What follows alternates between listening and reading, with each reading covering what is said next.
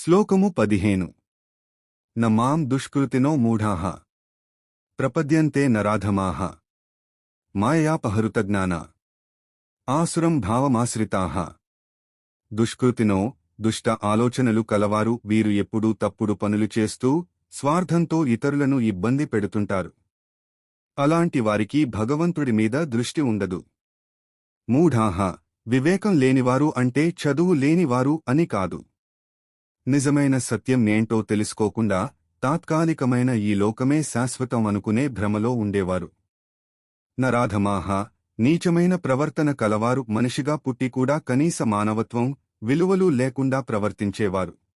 మాయయాపహృత జ్ఞానాన్ని కోల్పోయినవారు వీరు తెలివైన వారే కావచ్చు, శాస్త్రవేత్తలు లేదా గొప్ప పండితులు, కాని అంతా నేనే చేస్తున్నాను, దేవుడు లేడు అనే అహంకారంతో మాయలో పడి అసలైన జ్ఞానాన్ని కోల్పోతారు.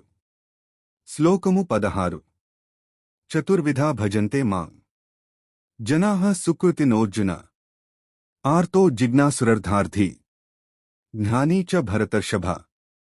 ఓ భరతవంశ శ్రేష్ఠుడవైన అర్జున, పుణ్యకర్మలు ఆచరించే 4 రకములైన భక్తులు నన్ను ఆరాధిస్తారు.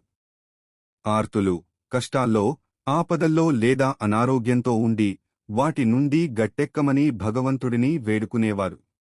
జిజ్ఞాసువులు, భగవంతుడు ఎవరు, ఈ సృష్టి రహస్యం ఏమిటి అని తెలుసుకోవాలనే తపనతో భగవంతుడిని వెతికేవారు. అర్ధార్థులు, ఈ లోకంలో ధనం, పదవి, అధికారం లేదా స్వర్గ సుఖాల వంటి భౌతిక ప్రయోజనాల కోసం దేవుడిని ప్రార్థించేవారు.